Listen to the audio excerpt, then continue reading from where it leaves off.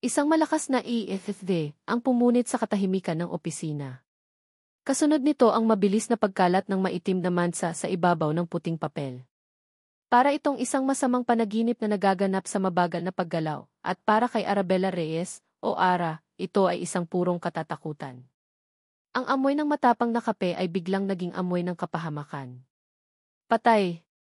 Iyon lang ang salitang umalingaw sa isip niya. Hindi ito basta-basta papel.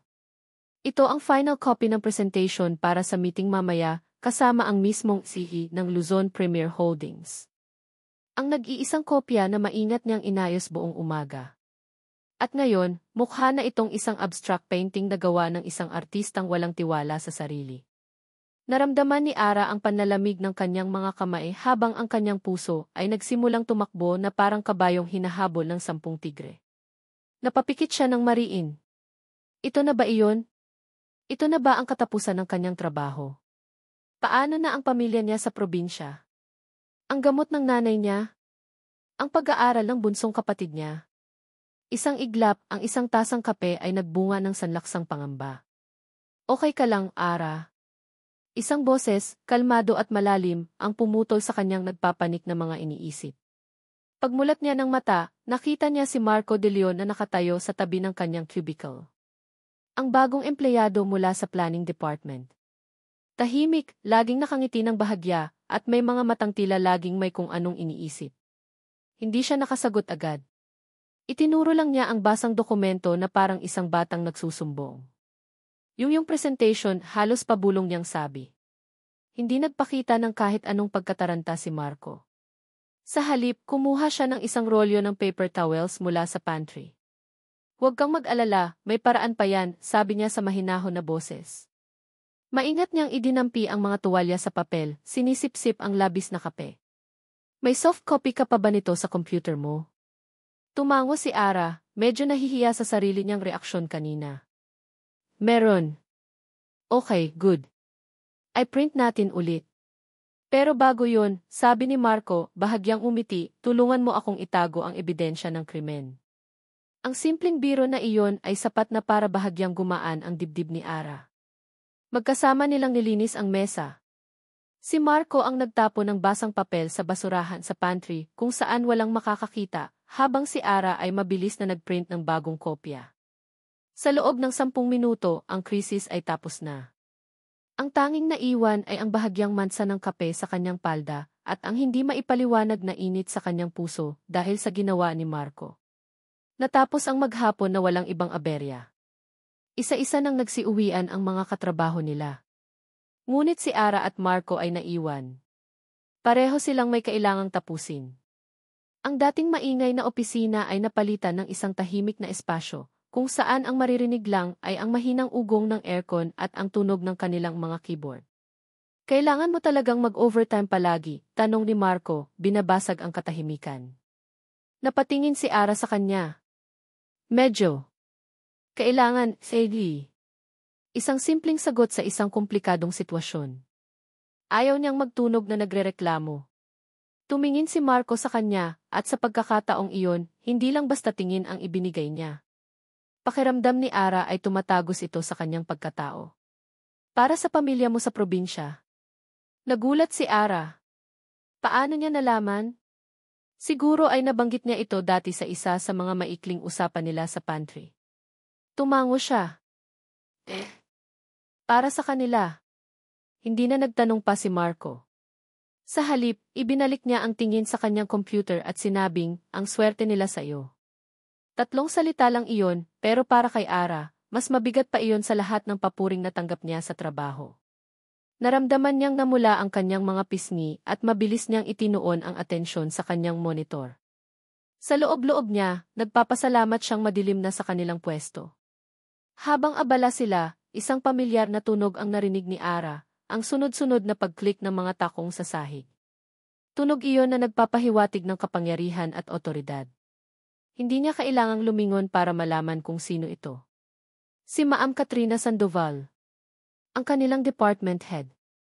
Maganda, matalino, at may isang tingin na kayang magpalamig sa buong kwarto. Dumaan si Ma'am Katrina sa kanilang pwesto. Tumango ito ng bahagya kay Ara, isang formal na pagkilala. Ngunit nang dumapo ang mga mata nito kay Marco, nakita ni Ara ang pagbabago. Huminto ito sandali. Ang tingin nito ay naging matalim, malamig, at may kung anong hindi mabasa si Ara. Isang tingin na puno ng kasaysayan ng isang bagay na hindi niya maintindihan. Tumagal lang iyon ng ilang segundo bago nagpatuloy sa paglalakad si Ma'am Katrina. Ngunit sapat na iyon para mag-iwan ng kakaibang pakiramdam kay Ara. Bakit ganoon siya tumingin kay Marco? Isang ordinaryong empleyado lang naman si Marco, di ba? Nang mawala na si Ma'am Katrina, nilingon niya si Marco, na ngayon ay nakatingin sa kawalan, tila malalim ang iniisip. Ang ngiti sa labi nito kanina ay nawala na. Nang matapos na nila ang kanilang mga gawain, sabay silang naglakad palabas ng building. Bago sila maghiwalay, may kinuha si Marco mula sa kanyang bag isang maliit na paso na may nakatanim na cactus. Para sa'yo, sabi niya, inaabot ito kay Ara. Para sa desk mo. Para hindi na ulit matapunan ng kape. Napangiti si Ara. Salamat. Ang cute naman nito. Matibay yan, dagdag ni Marco, nakatingin sa mga mata ni Ara. Kahit hindi mo alagaan masyado, nabubuhay. Malakas. Katulad mo. At sa sandaling iyon, ang lahat ng pagod at kaba na naramdaman ni Ara sa buong araw ay biglang naglaho. Napalitan ito ng isang mainit at komportableng pakiramdam. Hinawakan niya ang maliit na paso, ramdam ang bahagyang tulis ng mga tinik nito. Umuwi si Ara sa kanyang maliit na apartment na may ngiti sa labi. Inilagay niya ang cactus sa kanyang mesa sa tabi ng kama. Habang pinagmamasdan niya ito, paulit-ulit na naglalaro sa isip niya ang mga salita ni Marco. Malakas. Katulad mo. Maya-maya, umilaw ang screen ng kanyang cellphone. Isang mensahe. Mula sa isang numerong hindi pa niya na-save, pero alam na alam niya kung kanino galing. Bumilis ang tibok ng kanyang puso habang binabasa ang text. Pwede ba kitang tawagan mamaya? May gusto lang akong sabihin. Napahawak si Ara sa kanyang dibdib. Isang tanong ang biglang sumulpot sa kanyang isipan, dala ng pag-asa at matinding kaba. Ano kaya ang sasabihin niya? Ang ngiti na iniwan ni Ara sa kanyang mga labi ay unti-unting naglaho habang binubuksan niya ang pinto ng kanyang tinutuluyang apartment. Ang pangalang Marco de Leon ay parang isang damit na hinubad niya pagkapasok. Sa loob ng 4 na sulok ng murang apartment na ito sa isang hindi kilalang lugar sa Pasig, hindi siya si Marco, ang tahimik na staff mula sa planning department. Dito, siya si Miguel Alcaraz. At ang apartment na ito ay hindi isang tahanan. Ito ay isang war room. Ang sala ay walang palamuti maliban sa isang mesa na puno ng mga dokumento. Sa pader, nakasabit ang isang malaking corkboard. At sa gitna nito, ang organizational chart ng Luzon Premier Holdings. Bawat pangalan, bawat posisyon ay minarkahan ng mga pin. Ngunit isa lang ang may bilog na matingkad na pula na iginuhit ng paulit-ulit na parabang may galit sa bawat guhit. Katrina Sandoval, Head of Finance Department. Napatiimbagang si Miguel habang tinititigan ang nakangiting mukha ni Katrina sa litrato. Isang ngiting pangkorporasyon, perpekto at kalkulado. Ngunit para kay Miguel, ang ngiting iyon ay isang maskara na nagtatago sa isang demonyo. 3 taon. 3 taon na ang nakalipas mula noong araw na iyon, pero sariwa pa rin ang sakit. Parang isang sugat na hindi kailanman naghilom. Flashback. Nakatayo siya sa gitna ng dating marangyang opisina ng kanyang ama, ang Alcaraz Corp. Ngayon, puno ito ng mga taong nakauniporme, kinukumpiska ang lahat. Ang salitang e-bankruptcy ay nakatatak na hindi lang sa mga dokumento, kundi sa mismong mukha ng kanyang ama na napaupo na lang sa isang tabi, blanko ang tingin. Hinahanap niya si Katrina. Ang babaeng pinangakuan niya ng lahat. Ang babaeng akala niya ay sasamahan siya sa hirap at ginhawa. Nakita niya ito sa may pinto, bit-bit ang kanyang bag, paalis na. Kat! Saan ka pupunta? Tanong niya, puno ng desperasyon ang boses. Lumingon ito sa kanya. Walang emosyon ang mga mata nito. Walang awa. Walang pagmamahal. Tanging malamig na kalkulasyon lang. Sorry, Miguel, sabi nito sa paraang napakagaan na para bang sinasabi lang na hindi ito makakasama sa scene. This is just business. At isa pa, kailanman ay hindi naman talaga tayo para sa isa't isa. Tumalikod ito at nagsimulang maglakad palayo, Bawat pag-click ng takong nito sa sahig ay parang isang pako na ibinabaon sa kanyang puso. Iyon ang huling pagkakataon na nakita niya ito bilang si Katrina, ang kanyang kasintahan. Ang sumunod na balitang narinig niya, isang linggo matapos ang kanilang pagbagsak, ay ang pag-upo nito bilang bagong finance head sa Luzon Premier Holdings, ang pinakamatinding karibal ng kanilang kumpanya. End of flashback.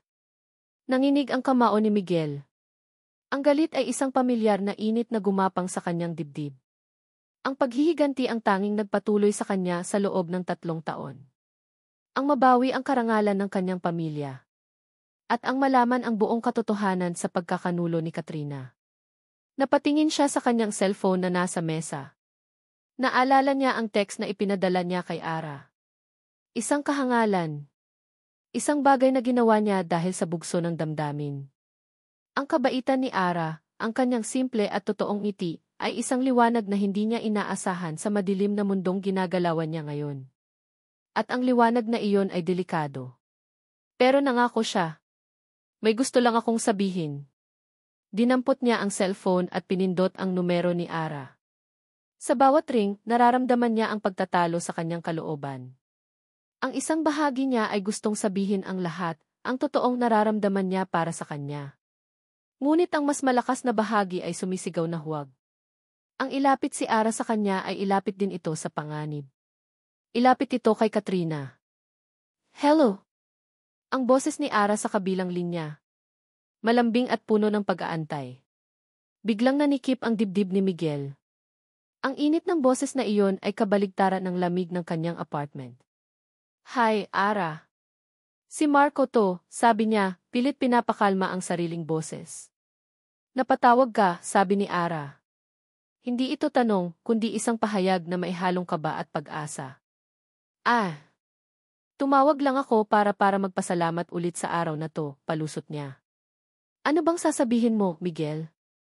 At para siguraduhin nakauwi ka ng maayos. Narinig niya ang bahagyang pagtawa ni Ara. Okay lang ako. Salamat sa cactus, ha? Nakakatuwa siya. Nag-usap pa sila ng ilang minuto tungkol sa mga bagay na walang kabuluhan, sa cactus, sa traffic, sa trabaho. Bawat salita ni Ara ay parang musikang nagpapagaan sa kanyang kalooban, ngunit kasabay nito ay isang paalala ng kanyang panluloko. Habang tumatagal ang usapan, mas lalo siyang nakukumbinsi na kailangan niyang ilayo ito. Sige, Ara. Gabi na.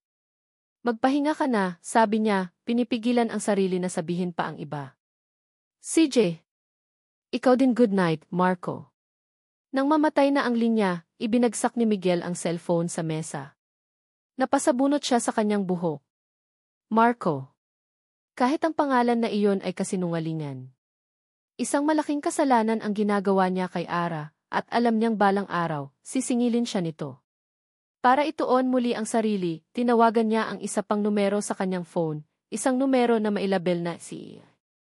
Makalipas ang isang oras, nasa isang madilim na eskinita sa Makati si Miguel, kaharap ang isang lalaking may makapal na bigote at suot na baseball cap. Ito si Mang Tonyo, isang private investigator na tinanggap niya. O, ano ang nakuha mo? Tanong ni Miguel, walang paligoy-ligoy. Kalma lang, sir, sabi ni Mang Tonyo, naglabas ng isang brown envelope. Hindi madali ang pinapagawa mo. Mahigpit ang seguridad sa Luzon. Pero may nagsimula na akong nakita. Inabot nito ang envelope. May isang subsidiary ang Luzon, isang maliit na kumpanya na halos walang operasyon. Pero sa loob ng nakaraang 3 taon, may malalaking halaga ng pera na dumadaan doon. At ang perang iyon, napupunta sa isang offshore account. Isang account na walang pangalan. Kaya mo bang i-trace kung kanino iyon? Tanag ni Miguel, bumibilis ang tibok ng puso. Ito na. Ang simula. Mahirap pero hindi imposible. Kailangan ko lang ng mas maraming oras at dagdag na pondo, sabi ni Mang Tonyo, nagkakamot ng ulo. Gawin mo ang lahat, mariing sabi ni Miguel, naglabas ng isa pang sobrang puno ng pera. Kailangan kong malaman kung konektado si Katrina Sandoval sa account na yan. Pagkatapos ng kanilang usapan, bumalik si Miguel sa parking lot ng kanyang apartment. Habang naglalakad, naramdaman niya ang panibagong determinasyon. Mayroon na siyang sinulid na hihilahin. Malapit na siyang makakuha ng pruweba. Ngunit pagdating niya sa tapat ng kanyang sasakyan, isang anino ang humarang sa kanyang daraanan. Isang babae na nakatayo sa ilalim ng nag-iisang gumaganang ilaw sa poste. Nakasuot ito ng isang eleganteng itim na bestida. Napatigil si Miguel. Kilala niya ang tindig na iyon. Kilala niya ang bango ng pabango na iyon. Dahan-dahang itinaas ng babae ang kanyang ulo, at isang mapanuksong ngiti ang sumilay sa kanyang mga labi. Matagal na rin, Miguel Alcaraz, sabi ni Katrina, ang bawat salita ay puno ng lason at tagumpay. Akala mo ba hindi kita makikilala? Kinabukasan, may kakaibang bigat sa bawat pagtipa ni Ara sa kanyang keyboard. Ang tawag ni Marco kagabi hindi iyon ang inaasahan niya. Magalang. Maalalahanin, siguro. Pero may distansya. May lamig na bumalot sa usapan na sumalungat sa init na naramdaman niya noong inabot nito ang cactus. Paulit-ulit niyang tinatanong ang sarili, baka naman na misinterpret lang niya ang lahat. Baka ang kabaitan nito ay kabaitan lang talaga, at wala nang iba. Hay, para kang nalugi, bulong ni Liza, ang katabi niyang cubicle mate at matalik na kaibigan, habang nagkakape. Anyari sa'yo? Akala ko ba lumilipad ka sa alapaap kahapon? Napabuntong hininga si Ara. Hindi ko alam, Liz. Ang gulo. Si Amy tahimik, no, hula ni Liza, na may kasamang pag-irap. Sinabi ko na sa'yo, yang mga pamisteryoso na yan, sila yung delikado. Bago pa man makasagot si Ara, isang anino ang tumayo sa tabi ng kanyang mesa. Ara, good morning. Napatingala si Ara. Si Marco. Nakatayo ito roon, may bahid ng pag-aalala sa kanyang mga mata. Parang hindi ito nakatulog ng maayos. Good morning, Marco, nautal niyang sagot. Naramdaman niya ang pagsiko ni Liza sa kanyang tagiliran. Pasensya na pala sa tawag ko kagabi, diretsong sabi ni Marco, sapat na malakas para marinig ni Ara, pero sapat na mahina para hindi maging usapan sa buong opisina. Medyo magulo lang sa bahay. Nagkaproblema lang sa pamilya. I'm sorry kung naging weird ako. Ang simple at direktang paliwanag na iyon ay parang isang malamig na tubig na pumatay sa apoy ng kanyang mga pagdududa. Isang problema sa pamilya. Iyon lang pala. Biglang nakaramdam ng hiya si Ara sa kanyang mga inisip. Nako, okay lang. Huwag mo nang isipin yun, mabilis niyang sabi. Para makabawi, pwede ba kitang ilabas para mag-dinner mamaya? Tanong ni Marco. Kahit sa simpleng lugar lang. Linroy treat. Naramdaman ni Ara na uminit ang kanyang mga pisngi. Napatingin siya kay Liza na ngayon ay nakataas ang kilay na parang nagsasabing, sige na, pumayag ka na, bruha. Sige, sagot ni Ara, hindi mapigilan ang ngiting unti-unting sumisibol sa kanyang mga labi. Ang simpleng lugar na sinabi ni Marco ay isang maliit na kainan na nakatago sa isang eskinita sa Makati. Hindi ito magarbong restaurant na madalas puntahan ng mga kasamahan nila sa Luzon Premier. Tahimik ito, may mga parol na nakasabit at nagpapatugtog ng mga lumang love songs. Perpekto. Habang kumakain sila ng sizzling sisig at kanin, naramdaman ni Ara na unti-unting nawawala ang pader sa pagitan nila. Nagkwento si Marco tungkol sa pangarap niyang magkaroon ng isang simpleng buhay, malayo sa gulo ng syudad. Nagkwento si Ara tungkol sa kanyang nanay na mahilig magluto at sa kanyang kapatid na nangangarap maging engineer. Sa bawat kwento niya, nakikinig si Marco na may buong atensyon. Hindi tulad ng ibang lalaki na naghihintay lang ng pagkakataong magsalita. Tumatango ito, nagtatanong, at sa mga mata nito, nakikita ni Ara ang isang klase ng pag-unawa na hindi niya pa kailanman naranasan. Alam mo, hinahangaan kita, sabi ni Marco sa gitna ng kanilang usapan. Bakit naman, nahihiyang tanong ni Ara. Dahil sa lahat ng bigat na dinadala mo, hindi nawawala ang ngiti mo, sabi ni Marco, at ang paraan ng pagkakasabi niya ay tumagos hanggang sa kaluluwa ni Ara. Huwag kang mag-alala, Ara. Habang nandito ako, poprotektahan kita. Isang pangako. Isang pangakong bumura sa lahat ng natitirang bakas ng pagdududa sa puso ni Ara. Sa sandaling iyon, pinili niyang maniwala. Pinili niyang magtiwala. Habang naglalakad sila pauwi sa sakayan, ang katahimikan sa pagitan nila ay hindi na awkward. Komportable na ito, puno ng mga hindi sinasabi pero nararamdamang emosyon. Ito na siguro ang tamang pagkakataon. Marco, panimula ni Ara, huminga ng malalim. May gusto akong sabihin sa'yo. Huminto si Marco at humarap sa kanya, naghihintay. Yung sinabi mo kanina na marami akong dinadalang bigati. Nagsimula siya, nanginginig bahagya ang boses. Totoo yun. Ang totoo, malaki ang utang ng pamilya ko. Para sa pagpapagamot ni nanay. Kaya ako nagsisipag ng husto. Kaya ni. Hindi niya natapos ang sasabihin niya. Naramdaman niya ang mainit na kamay ni Marco na marahang humawak sa kamay niya. Mahigpit. Matatag. Isang hawak na nagsasabing, naiintindihan ko. Hindi mo kailangang dalhin iyan ng mag-isa, sabi ni Marco, ang boses niya ay malambing pero puno ng katiyakan. Hindi man ako mayaman, Ara, pero nandito ako. Tutulungan kitang buhatin yan. Sabay nating haharapin yan. Sa ilalim ng madilim na langit ng Maynila, tumulo ang isang butil ng luha mula sa mata ni Ara. Pero hindi ito luha ng kalungkutan. Ito ay luha ng ginhawa. Sa wakas, may isang taong nakakita sa kanya, sa totoong siya. Ang pagod, ang mga pangarap, ang mga takot. At sa kabila ng lahat ng iyon, pinili pa rin itong manatili. Nang makarating siya sa kanyang apartment, pakiramdam ni Ara ay lumulutang siya. Ang pagod ng buong linggo ay nawala. Ang mga alalahanin sa pera ay tila gumaan. Idinampi niya ang kanyang mga daliri sa munting cactus na nasa kanyang mesa. Malakas. Katulad mo. Ngayon, mas naniwala na siya sa mga salitang iyon. Masaya niyang hinubad ang kanyang sapatos at umupo sa kama. Mag-online muna siya sandali bago matulog para ibalita sa nanay niya ang magandang nangyari. Binuksan niya ang kanyang lumang laptop. Habang naglo-load ito, napansin niya ang isang notifikasyon sa kanyang email. Mula sa isang address na puro numero at letra. Walang subject. Dahil sa kuryosidad, binuksan niya ito. Walang nakasulat na kahit isang salita sa email. Mayroon lang itong isang attachment. Isang litrato. Nang mag-load ang litrato, biglang nanlamig ang buong katawan ni Ara. Ang init at kilig na naramdaman niya kanina ay biglang naglaho na parang binuhusan siya ng isang balding yelo. Ang nasa litrato, si Marco. Nakatayo ito sa isang madilim, maruming eskinita. At may inaabot siyang isang makapal na brown envelope sa isang lalaking mukhang siga, may makapal na bigote, nakasuot ng madungis na jacket, at may peklat sa mukha. Ang ilaw mula sa isang sirang poste ang tanging nagbibigay liwanag sa kanilang transaksyon. Ang telepono niya ay halos mabitawan niya. Ang mga kamay niya ay nagsimulang manginig. Ang pangako. Ang mga matatamis na salita. Ang mahigpit na hawak sa kamay. Lahat ba iyon ay isang kasinungalingan? Walang tulog. Iyon ang naging resulta ng litratong ipinadala ng estranghero.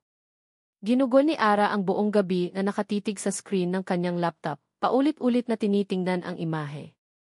Si Marco. Ang makapal na sobre. Ang lalaking mukhang delikado. Ang madilim na eskinita. Bawat detalye ay parang isang matulis na karayom na tumutusok sa kanyang puso. Pinipilit niyang hanapan ito ng ibang paliwanag. Baka kamag-anak niya yung lalaki. Baka nagbabayad lang ng utang. Baka ano. Walang lohikal na dahilan ang kayang pawiin ang imahe ng isang lihim na transaksyon sa dilim. Ang mga alaala ng kanilang dinner, ang lambing sa boses ni Marco, ang pangako nitong poprotektahan siya. Lahat ng iyon ay nagmistulang isang magandang panaginip na binasag ng isang malupit na katotohanan. Kinabukasan, pumasok si Ara sa opisina na parang may dalang buhangin ang kanyang mga mata. Mabigat ang kanyang mga talukap, ngunit mas mabigat ang kanyang dibdib. Inilapag niya ang kanyang bag at umupo, iniiwasang tumingin sa direksyon ng planning department. Ang cactus sa kanyang mesa, na dati nagbibigay sa kanya ng ngiti, ngayon ay parang isang paalala ng isang kasinungalingan.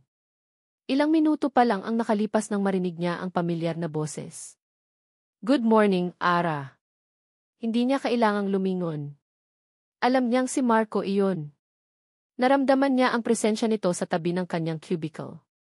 Pinilit niyang humiti nang hindi tumitingin. Good morning, pabulong niyang sagot, nakatutok sa kanyang computer. Okay ka lang ba? Parang pagod ka, sabi ni Marco, may bakas ng tunay na pag-aalala sa boses. Ang pag-aalalang iyon, totoo ba o bahagi lang ng isang palabas? Ang tanong ay umalinggaw sa kanyang isip. Okay lang. Hindi lang ako nakatulog ng maayos, sabi niya, hindi pa rin makatingin ng diretsyo. Ayaw niyang makita ang mga mata nito. Baka kung ano ang makita niya roon, o baka kung ano ang makita nito sa kanya. Bago pa man makapagsalita muli si Marco, tumunog ang telepono sa mesa ni Ara. Ang extension number mula sa opisina ng kanilang department head. Hello, Ma'am Katrina's office, sagot niya. Ara, pinapatawag ka ni Ma'am, sabi ng sekretarya sa kabilang linya. Nakahinga ng maluwag si Ara.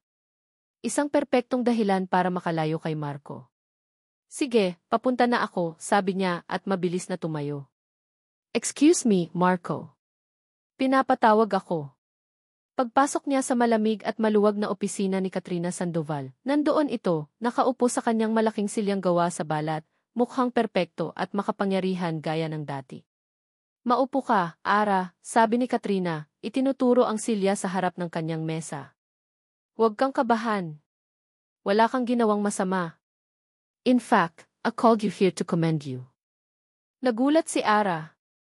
Oh, I've been reviewing your performance reports. Magaling ka, Ara. Masipag at mapagkakatiwalaan, sabi ni Katrina habang binabasa ang isang folder.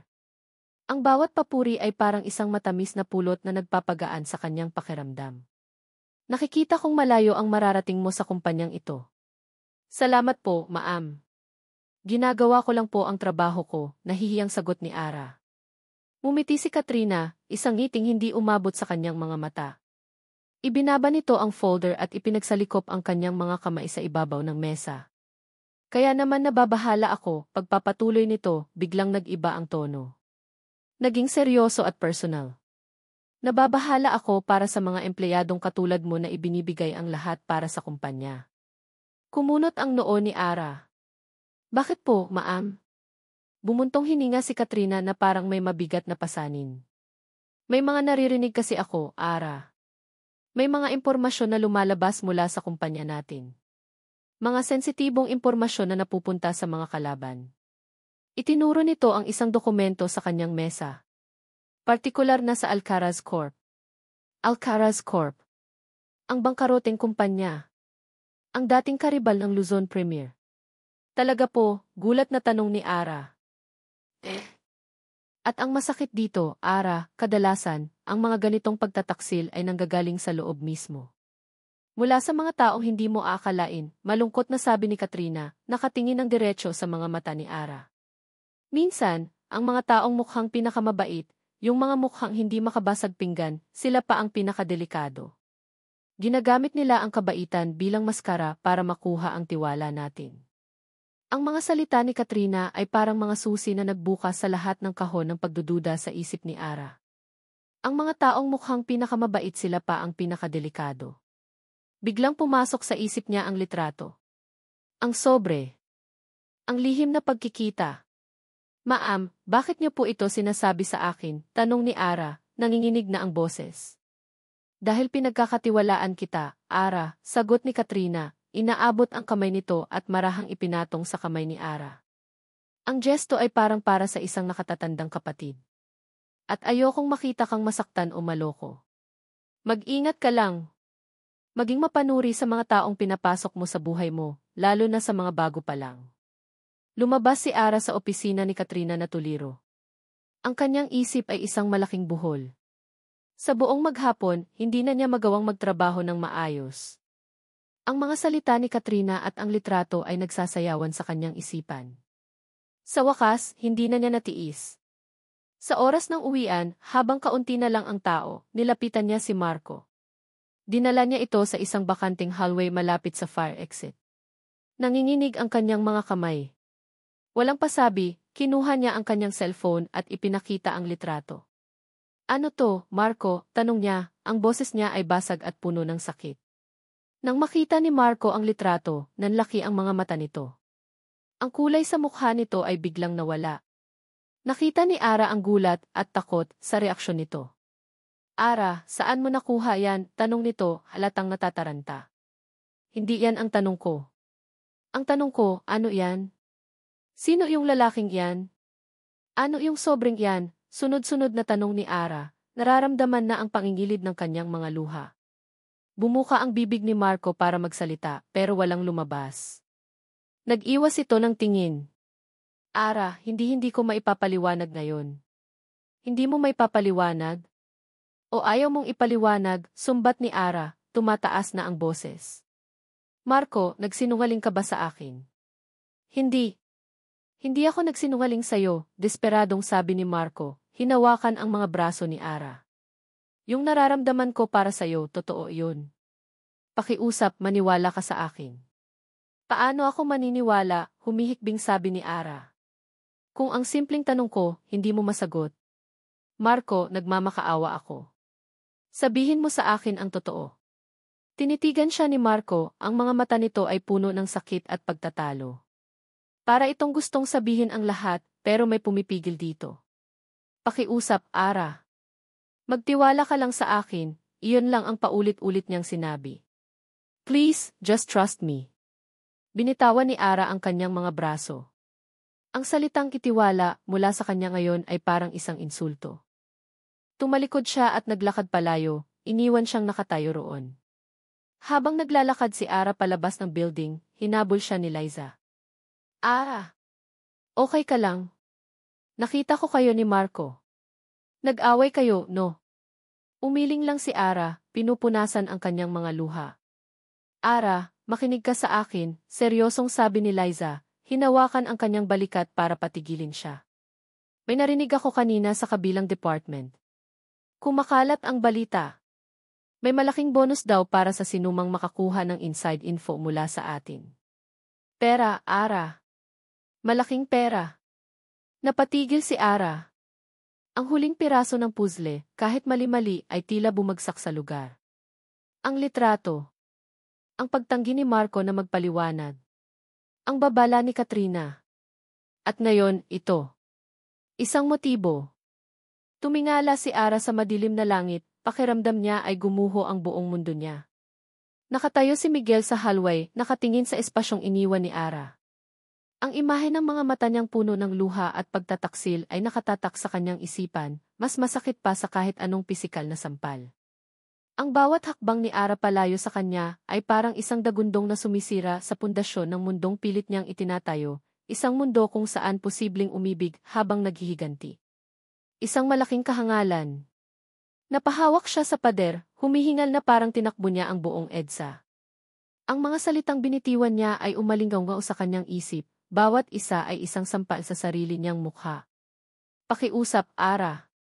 Magtiwala ka lang sa akin. Anong klase ng tiwala ang hinihingi niya kung hindi niya kayang ibigay ang katotohanan? Ngayon, malinaw na sa kanya ang lahat. Ang email. Ang biglaang key concern ni Katrina. Ang chismis na narinig ni Liza. Isa itong perpektong bagyo at si Katrina ang nag-iisang arkitekto nito. Ginagamit niya si Ara. Ginagamit niya ang inosenteng pagmamahal ni Ara para durugin siya. Ang galit niya kay Katrina ay umapaw, ngunit mas matindi ang galit niya sa kanyang sarili. Hinayaan niyang mangyari ito. Hindi niya ito pwedeng palampasin. Kailangan niyang kausapin si Ara. Kailangan niyang subukan ulit kahit na anong mangyari. Mabilis siyang naglakad, halos tumakbo, patungo sa lobby. Inaasahan niyang maabutan pa niya ito bago ito tuluyang makasakay. At doon, nakita niya ito sa may waiting area, nakaupo, nakayuko, nanginginig ang mga balikat. Umiiyak. Ang pag-iwas niya kanina ay napalitan ng desperasyon. Nilapitan niya ito. Ara, mahina niyang tawag. Nag-angat ng tingin si Ara. Ang mga mata niya ay namumugto at puno ng galit. Ang lambing na dati niyang nakikita roon ay napalitan ng isang malamig na pader. Umalis ka na, sabi nito, ang boses ay garalgal dahil sa pag-iyak. Huwag mo na akong lalapitan. Hindi ako aalis hanggat hindi mo ako pinapakinggan, pakiusap ni Miguel, umupo sa tabi nito kahit may distansya. Alam kong may kasalanan ako. Alam kong mukha akong sinungaling. Pero lahat ng iyan, yung email, yung mga naririnig mo, lahat yan gawa-gawa lang para sirain tayo. Napatawa si Ara, isang tawang walang saya. Isang tawang puno ng pait. Sirain tayo. Marco, ano bang tayo ang sinasabi mo? Isang kasinungalingan? Isang palabas para makuha mo yung gusto mo? Hindi totoo yan, git ni Miguel.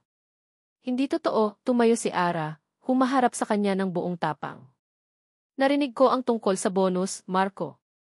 Ang malaking pera para sa sinumang makakakuha ng impormasyon mula sa kumpanya. Ganoon ka na ba kadesperado sa pera? Ginamit mo ako para doon. Ang pamilya ko, ang mga problema ko, lahat ba yun paraan mo lang para makuha ang tiwala ko? Ang akusasyon ay parang isang suntok sa sikmura ni Miguel. Siya, na nawala ng daan-daang milyon, na nakita ang pagbagsak ng kanyang pamilya, ay inaakusahan ngayon na nagbebenta ng impormasyon para sa isang bonus. Ang sakit ay napalitan ng galit, isang galit na hindi niya napigilan. Bonus, ulit niya, hindi makapaniwala, kasabay ng isang mapait na tawa. Tingin mo ba ganoon kababaw ang tingin ko sa'yo? Na ipagpapalit kita para lang sa pera? Ano? Ano pa bang iisipin ko? Sigaw ni Ara, tuluyan ng bumuhos ang mga luha. Binigay ko sa'yo ang tiwala ko, Marco. At sinira mo iyon. Sinungaling ka. Ang salitang sinungaling ki ay tumama sa kanya ng husto. Dahil sa isang banda, totoo iyon. Nagsisinungaling siya. Sa sobrang sakit at frustrasyon, isang bagay ang lumabas sa kanyang bibig, isang bagay na pagsisisihan niya habang buhay. Kung ganyan lang din naman ang tingin mo sa akin, sabi niya, ang boses niya ay naging malamig at matigas, siguro nga mas mabuting maghiwalay na tayo. Natahimik si Ara.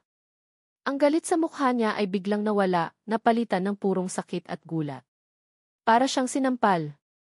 Tinitigan niya si Miguel na parang hindi ito makapaniwala sa narinig. Pagkatapos, walang imik, tumalikod ito at mabilis na naglakad palabas ng building, papalayo sa kanya. Naiwan si Miguel na nakatayo roon, biglang natauhan sa kalupitang ginawa niya. Anong ginawa mo? Sigaw ng isang boses sa kanyang isipan. Gusto niyang habulin si Ara, bawiin ang lahat, pero ang kanyang mga paa ay parang ibinaon sa sahig. Alam niyang wala ng salita ang kayang ayusin ang pinsalang nagawa niya. Sinuntok niya ang pader sa kanyang tabi, hindi na ininda ang sakit. Ang sakit sa kanyang kamao ay walang-wala kumpara sa sakit ng pagsisisi na gumugutay-gutay sa kanyang puso. Nang mga sandaling iyon, habang siya ay nasa pinakamababang punto, nag-ring ang kanyang cellphone. Isang hindi pamilyar na numero. Sasagutin niya sana para ibuhos ang kanyang galit, pero pinigilan niya ang sarili. Sinagot niya ito ng may pag-aalinlangan. Hello? Sir Miguel, sabi ng boses sa kabilang linya. Si Mang Tonyo. Ang iyo, ay. Ano to, Tonyo? Sinabi ko nang huwag mo akong tatawagan sa numerong to, inis na sabi ni Miguel. Pasensya na, sir. Emergency lang. May nahanap ako. Isang bagay na importante, mabilis na sabi ni Mang Tonyo. Yung tungkol sa pinapahanap mo. Yung koneksyon ni Katrina Sandoval.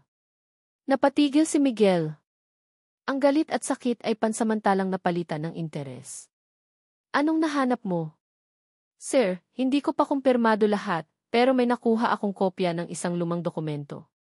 Isang birth certificate, sabi ni Mang Tonyo. Sir, hindi lang ito tungkol sa pera. May kinalaman ito sa pagkatao ni Katrina. Kumunot ang noo ni Miguel. Anong ibig mong sabihin?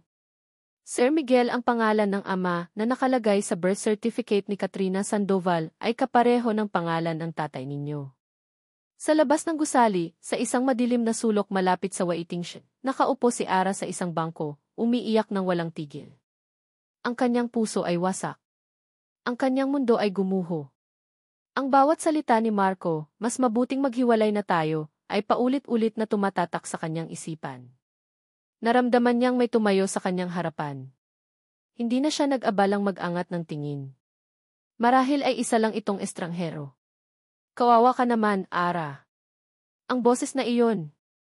Pamilyar. Malamig pero parang pulot. Dahan-dahan siyang nag-angat ng tingin.